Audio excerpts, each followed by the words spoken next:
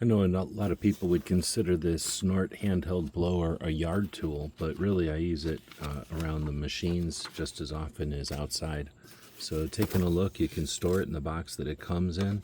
That comes in a couple of different colors. I went with the orange, of course. This battery I haven't used yet, but it comes with a couple of batteries. It's pretty simple, pretty straightforward.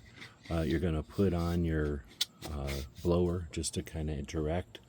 Obviously it's going to vacuum in on that side, and it's just like a drill, so you get a really good pump of air, unlike a lot of them where you have to run them for a bit to kind of get them up to speed. So this lends itself to blowing sawdust and shavings and just dust and debris. Use it quite a bit.